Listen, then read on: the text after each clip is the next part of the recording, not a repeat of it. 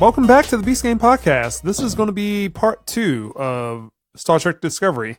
And Keith, what is your view on all 15 episodes of Star Trek Discovery? It's a slow start in terms of the Star Trek universe, the direction they went with, on board with it, especially after the movies have taken that kind of backwards turn. They were telling some pretty compelling stories. I like the story arc as well. The twist with Captain Lorca being from the mirror universe, I didn't see that coming, and I thought that was a good twist. I did not like that. Yeah. He was one of my favorite characters because he is a non-typical captain, and there's a reason why he's a non-typical captain, because he comes from a different plane of existence. Did not like that. It was refreshing having a captain like that. You're all about the conflict and the warrior mentality and everything, and the drive to get the Discovery up before that. And there was that element of exploration and stuff. The fact that he turned out to be someone from the mirror universe, and one part of me thinks they were addressing the criticism that he wasn't the typical captain by just saying, well, he's actually not because he's from another dimension. But the other side to that was he integrated with that crew so well. But Burnham, she'd been changing as well. Her kind of changing from this logical and cold as you could to being this highly emotional character. And even when she was in the mirror universe, she started to adopt those cold mannerisms. I enjoyed it. I still enjoyed the character. I thought the twist was a good hit to it. Saw the twist with the guy being a Klingon. I saw that coming because, I mean, the actor. They telegraphed that so much. So much. Yeah, it was pretty telegraphed. I didn't see the extent that he would go hard like that. It was kind of like I'm thinking like, oh, well, maybe he'll be like, oh, nope, just snap the dude's neck. So, yeah, he's done. All in all, I say I've always given Star Trek at least a season or two to get its legs under it.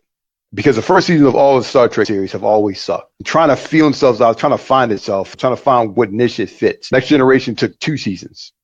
It wasn't until they introduced the Borg that you really saw like, oh, shit, okay, this is what's going on. Well, the thing about Star Trek Next Generation is when Riker got the beard. That's when it took off. I think it's when they hit the Borg and it was like they just saw this. They weren't the all-powerful because before in Star Trek Next Generation, that starship was the most advanced ship out there. It was a thing that you couldn't beat it. Nothing could touch it. And then they come against the Borg and it's like, oh, snap. I think we just fuck with something that's not going to want to talk to us. It changed the whole dynamic. Storylines started changing up. It was that. And it started just being a lot more episode driven, but characters started to come together at that point as well. Deep Space Nine, definitely like my favorite one out of all of them. And that was purely character driven. Even though it had a nice little niche of being a space station, all the danger coming to them. The minute Cisco got his own little ship, fuck you, I'm going there and blowing some shit up. It was a totally different dynamic. It takes a bit for it to get its legs under it. So I'll give it more of a chance. Towards the end, it felt like Star Trek. It felt like a new era of Star Trek. I still don't like the look of the Klingons. Klingons still look like garbage. They look terrible. These are bald-headed fish. Oh, damn, pretty much. The way they speak Klingon. Dude, I can speak Klingon better than these motherfuckers, though. They sound terrible. Nah, that's not how you do that shit. They need Michael Dorn there to sit there and coach them on how to speak that shit, that language or something. So let me jump in for a second. So we did the original podcast. It was the first 3 episodes. What happened was that I didn't catch up on any of Star Trek Discovery until it was about to end. So I signed up for CBS All Access, burned through all the episodes in the free trial. What I felt is that, so episode 4, everything kind of revolves around the spore drive, the Klingon cloak. Episode 4 is that Corvan 2 episode where I think the Klingons were attacking. That episode was weak. Was still annoyed by the Vulcan connection. And also at that point, I started thinking that Lorca was part of Section 31 because that made sense. A little annoyed by episode 6. And then still a lot of connection with Burnham and Sarek. I still don't like that. It is weak. It is just like if you take Star Wars and put everyone being connected to Luke Skywalker. That is just pandering. It is stupid, but episode 8 was great. That was a bottle episode. That was that Harry Mudd episode that he had the time crystal. That is a Star Trek episode. That is classic Star Trek. Episode 9, bad Star Trek. That is that one where Saru was hypnotized, that he was on that planet with Burnham and PTSD Klingon. Too many conveniences. And then again with Tyler, where Tyler is just pivotal moment. He is experiencing hallucinations and PTSD. I just found that to be annoying. Episode 10 was an episode where Jonathan Frakes directed that.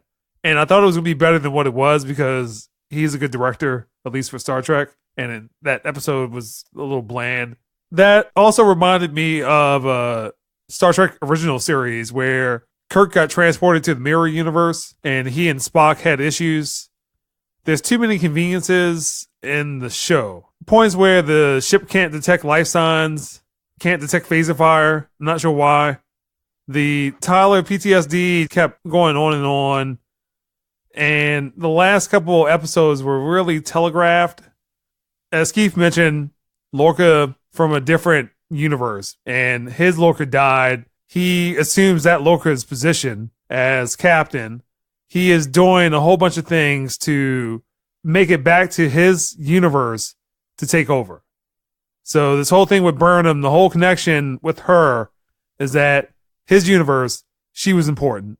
And since he's in the prime timeline, he is there to bring her back and fulfill his promise as Georgiou is like the queen empress. Right. That whole thing. The show took a break after episode 9. I think they figured out, hey, well, let's turn Star Trek upside down and do this mirror universe thing. The break happens after 9, and then they went with the other 5 episodes. And it feels like they didn't know what to do. And that's where the series starts to go downhill, particularly like the last 2 episodes. So episode 12 was okay. I like Stamets. He is a good addition. Saru's a great addition. He is a lot of different types of characters in Star Trek. So he's the brutally honest character. So that's Data. I like Lorca, but everyone else, including Burnham, I don't like it. And it grew on me, even though I'm talking about a whole bunch of negatives. It grew on me. That Ash Tyler angle was terrible. Hey, let me do this important mission, but then experience some PTSD right at the moment that something needs to happen. Initially, I like the Tilly characters. Then what I hate about certain characters like that is that they are obnoxious and overtalk. And that's what her character just continued to be throughout the whole season, even though she was somewhat important in the mirror universe. I thought that was okay. Overall, I'm positive on it. I did not think I was going to like it, but a couple of things where when they come to the future portion of the Prime universe, where the heck are the Romulans? They only showed the Andorians once. The crew of the Discovery and stuff that I've seen, they're mostly new aliens. Robot and stuff, like a straight up robot. I'm like, where'd the robot come from? And something that started with Abrams' thing. Vulcans, Klingons, humans. Those are the only ones from the past that they care about. Yeah. And also, I didn't like the dream sequences that Stamets was having about his significant other because it just started to drag on. That one episode where he met himself in the mirror universe, and that just kept going on. I was like, this is just not a good episode. It's not a good episode, but he is a good character for Star Trek. And same thing with Doug Jones, and I guess Doug Jones is phenomenal. Yeah. I would want to watch season 2 as him being captain. The thing by the end of the season is that all is forgiven. It basically wraps up just like a Star Wars New Hope episode. Like, hey, everybody, things are great. Yeah, so Burnham, Burnham gets her commandership back. That's what happened. So everyone gets some types of commendation. Burnham gives his long speech. This is Starfleet. This is Starfleet. Someone doing this. This is Starfleet. It's introducing characters. I think it spent too much time in the beginning trying to be different. It tried to focus on Burnham too much, and that is not Star Trek. Yeah, it's kind of like it focused way too much. Normally you have the ensemble cast. I mean, granted, the original series was all about Kirk, 3 characters, Kirk and Spock, and maybe McCoy for the most part. But in the end, it was an ensemble cast. Yeah, it branched out to every other character, or at least every other major character on the bridge. They forgot that what made Star Trek was that it was diverse as hell, and that part of that diversity was that you explored other characters and stuff. Tried too much to be different right from the onset, and it didn't need to do that. Like, it doesn't need to do that at all. And part of the problem, again, is the focus on Burnham. So if you think of this like a book, all right, that's fine for a book, but not for a whole TV show. And I think trying to be different that way is where it started to fail, because you just had Burnham. There's still all this focus on Sarek, even though we never knew anything about Burnham It's just annoying with this whole Sarah connection.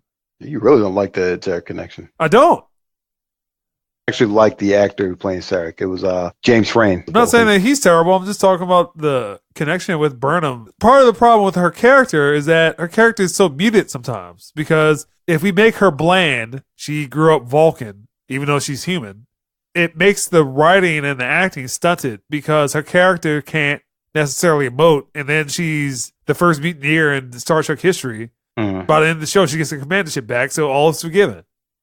Why did I watch all this if everything's going to work out in that? That's a fair assessment. I always give Star Trek a season or two. So in this one, I'm hoping that it kicks back in. They do something with like some kind of virus that switches the Klingons back, something. All right, so let's just wrap this up.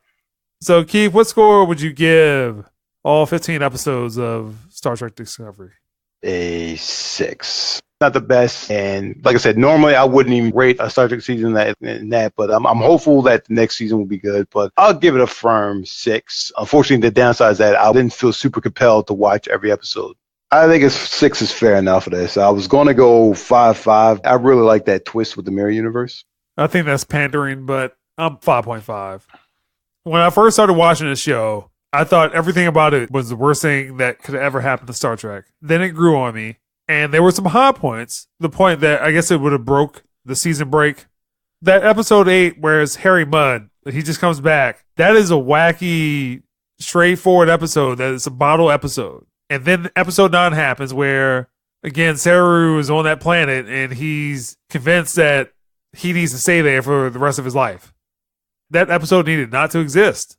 Why is that so much bad writing when the focus needs to be on the Klingons? And then, if you really think about it, the Klingon War was unfulfilling. What war was it? Because you skip over all that because they jettisoned it forward in time. Other than Burnham was important for stopping that, what actually happened? Nothing. New Star Trek focused on one character with a whole bunch of interesting side characters, and when it does start to focus on those side characters, it starts to get better. But it has promise. It has hope. I need to see a different writing team. I need to see it be Star Trek. It's an ensemble cast, and it's not this focused Michael Burnham story. I just had more problems with that.